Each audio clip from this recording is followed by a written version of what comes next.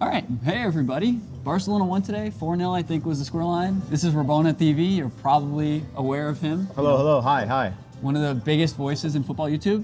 Got a lot of ball knowledge in this guy, and so we're gonna talk a little bit about this match today. But first and foremost, Barcelona did well today. We did watch it together here. Kind of, half watched it. Yeah, this is MVP Sports Bar in Montreal. Shout out to them for allowing us to film here and come and hang out today. So if you are in Montreal and if you're in Canada, want to watch football, they show a lot of games. They were very helpful in trying to find the game today, which isn't always easy. Big win for Barcelona. I think we saw a lot of appearances from guys that we haven't seen much in this entire season, actually, especially with Szczesny. Gavi got a lot of minutes today.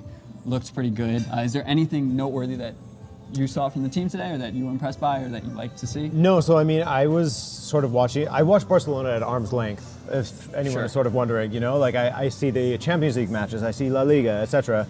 So with this, it was great having Bobby here to sort of fill me in on all of these names that I maybe wouldn't recognize as much. For example, was it Danny or Tony Martinez that you were talking about? It was Tony Fernandez. I believe he got minutes. He is, if you guys didn't watch the game, he's a left winger who's been playing for La Masia for a little while. I think he's 17, 16. Yeah. And it is a substantial profile this team really needs, because Lamine is getting so much play time that he needs a rest, but also there's no left winger. That's all the talk about Rafael Leao and the excitement around him, why they want him so badly. And I don't know if he was substantial today. I don't think I was able to pay enough attention, to be honest. But just seeing Hansi Flick incorporate him into the side, I think is really important for filling out that lineup that has been maybe limited so far this season. I think overall though, I really like to see Szczesny. I don't know, it wasn't the craziest game to see him in. No, I mean, he wasn't going to be incredibly busy in this match, but it was good to see him out there because he's been such a professional since he's joined you guys. Absolutely. Like he's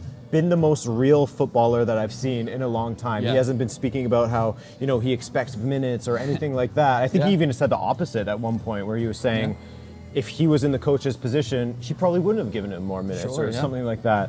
So I think that seeing him out there was really good. Well, first of all, seeing that pitch, it felt like I was looking at my elementary school pitch again. That was difficult. And luckily, I know that you were saying every time someone goes down, you're sort of holding your breath. But luckily, that pitch didn't cause issues in that regard. For Barcelona, I think there was a point where a Barcelona there's a player long went off. break.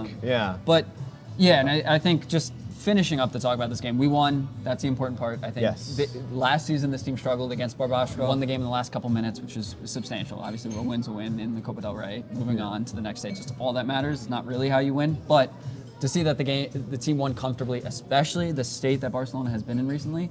Good. I think most of the players played well. It was a good experience for Araujo to get a run out, Gavi to play a significant impact in the side. Frankie de Jong got minutes. That's a conversation in and of itself. But to see some players, Ansu Fati got on the pitch as well, and Eric Garcia as well too, who has had some conversation about moving to Girona this season. But I think the more interesting conversation here with Adrian from RabonaTV, it's to talk about what we see moving forward with Barcelona, with global football in general. So my thoughts are, what does Barcelona look like from a non-Barcelona fan standpoint right now? Barcelona was one of the teams that, it was sort of around that time in the season where you guys beat Bayern and then you beat Real Madrid. And I think without a doubt, for me at least, I was easily giving it up for Barcelona as the most exciting team to watch in Europe at that moment. And I think that they still have that team in them, despite the form recently, because, it was, whether you want to call it sort of the new manager bounce or whatever, and the effect breaking off or what have you. But I think that for me, with Hansi Flick coming in, I didn't think that it was a perfect fit at the beginning. And then the fact that he was able to make this team play to this sort of level has been really exciting, and I think that he can still continue to get this out of this team. I think that they're going through a little bit of a bump. If you look at what Real Madrid did, for example, where they had their bit of a slump and now they're playing a little bit better, but not even quite better. Right? I think that Barcelona is still has enough threat in them that they could beat any of the top teams in Europe. Yeah, absolutely. But for some reason, and I said this in a recent video, not to plug my own stuff, but I said this in a recent video, it felt like it's sort of like a Simeone season, where all of the stars are kind of aligning. Barcelona is sort of going through these tribulations recently. Again, there's, they could come out of it. Real Madrid isn't playing perfectly either.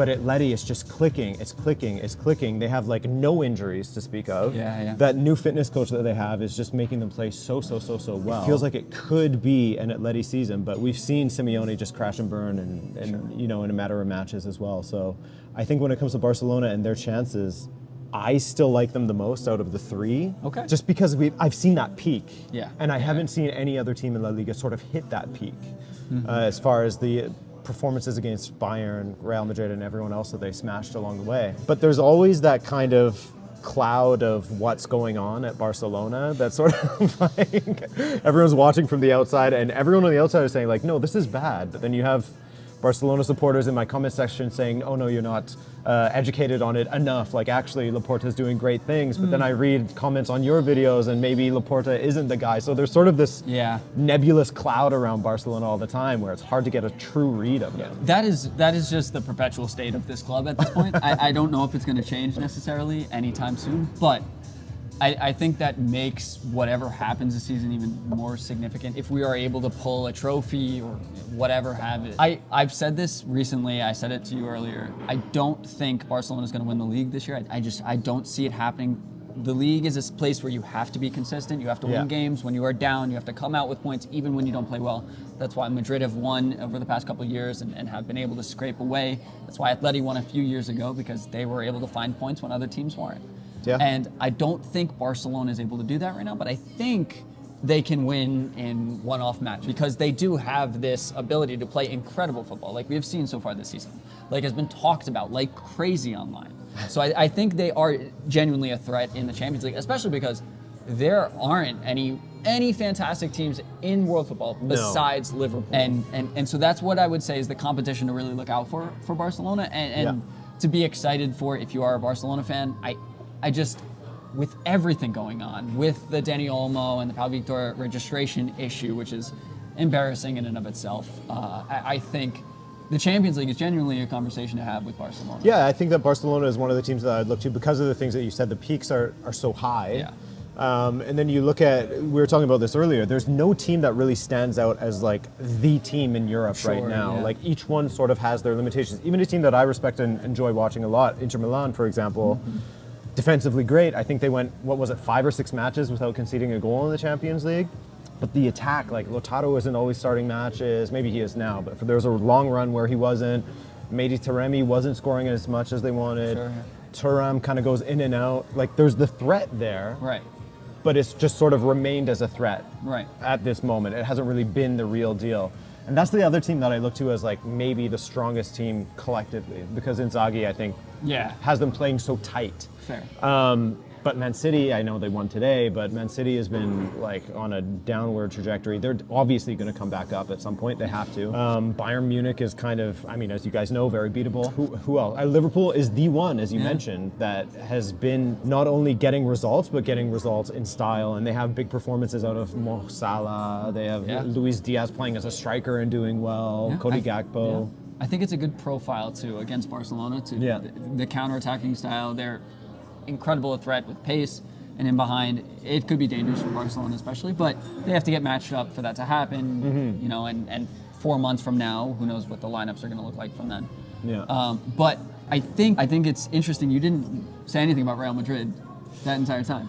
So I think that Real Madrid is the team that everyone's kind of watching, and they've just been completely inconsistent with their performances. Like it looks like, okay, they're back. Mbappe scoring goals. Vinicius is returning from injury. He's doing well, and then it's all of a sudden he gets a red card, and it requires 2 late goals against Valencia in order to get a victory there. So if every time you think they're back, they take a step back. And I haven't really been as convinced with them, especially on the defensive end of things. I think that that's a back line that has been neglected for many, many years, especially in the fullback positions, because then you have like Camavinga playing left back, and then you have players getting pulled out of position all over the pitch, and it just makes for... I'm a believer in defensive solidity as being sort of like the base of any good run in a competition. And I think that Real Madrid coming up against a team that, I mean, you guys have shown you can destroy that back line. I think that other teams like Liverpool would have a heyday. I mean, they did beat them already, didn't they? In the Champions League? So that's why I don't see them as like as powerful, but then there's always that other aspect of Real Madrid that nobody understands in the Champions League, whereas they find a way to get through over and over and over again, right? So you can't count them out, but I'm not counting them amongst the top contenders. I have a feeling Mbappe is coming into form over the next couple months. He's looked pretty good in the past couple games. Yeah. Vinny has been in a weird sphere of conversation. Whatever, with the red card against Valencia, that was interesting. I expect less from Madrid, honestly, this season than I do of Barcelona, even though I think, even though Barcelona or Madrid have played poorly, I think they have been worse than Barcelona. I think they will win the league. I don't think Atleti is going to, because I think Mbappe will find it in the league. Yeah. But they are so weird to me that I just don't see much from them in the Champions League, and they have scraped by to get into the qualifying stages even so far. So yeah, Mbappe is like a huge point of confusion for me as well, because he was showing so much promise and it looked like, okay, he's arrived. Just like, he's sort of like the metaphor for Real Madrid in general this season, I find. Yeah. Because he's had these moments where he's underperforming. Then he goes on a run of matches where he's doing super well. And then against Valencia, he looked like struggling Mbappe who can't stay on side again. Sure. You know, he takes that step back. And again, it's just one game. You can't count him out on one game, but that's sort of been, like I said, the metaphor for Real Madrid in general. Yeah. Where you think they're coming back and then they take a step back, and it requires the brilliance of Jude Bellingham right at the end to sort of step up. With him playing more centrally and in a more advanced position recently has been a major boon to their success. The team plays better without Mbappe and Vinny playing together. Yeah. It just doesn't work out that well. Yeah. And Jude basically reverting to exactly the same thing they played last season, with the exception of Toni Kroos in the lineup, has been the most successful, which, I mean, that makes sense to me, but I think it's very impressive that they haven't figured it out with all of them together yet, and we're 4 months into the season. You know, Carlo Ancelotti hasn't put it together yet, and I mean, he's not going to get fired. He's going to scrape through the rest of the season, no matter what happens. But so, given that I'm not someone that follows Barcelona as closely as you do, and my audience is, I would say my audience sort of follows the kind of thing that I do, which is I kind of watch a little bit of everything, and I'm sort of a jack of all trades and a master of none. When you're looking at Barcelona right now, when you're looking at the squad of Barcelona right now, is there one young talent or anyone that I should be keeping an eye on for the future? Someone that could be that next sort of big hitter out of Barcelona? I think there isn't one guy, because I don't think there is that immense amount of talent in one player right now, and I think it's very much to do with the profiles and the way Hansi Flick sets up his lineup, where Gavi is going to have a very massive role in the next few games going forward. He looked great today. It was a third-tier team in the Copa del Rey with, you know, a weird lineup, so it's not the same thing. But I think Gavi will be very influential, not only in taking minutes and helping Pedri, because Pedri has been the best player for Barcelona this season, in my opinion, besides Lamine maybe. And so Gavi, I think, will be very influential.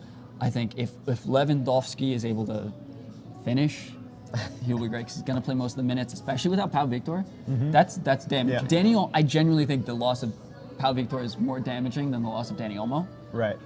That doesn't really make sense to a lot of people, but it's because we have Fermin Lopez, who looked okay today, didn't look incredible, but I think will be important going forward, because he can occupy not only the middle of the park, but also the left wing, which we were talking about earlier, you know, is an issue for this side.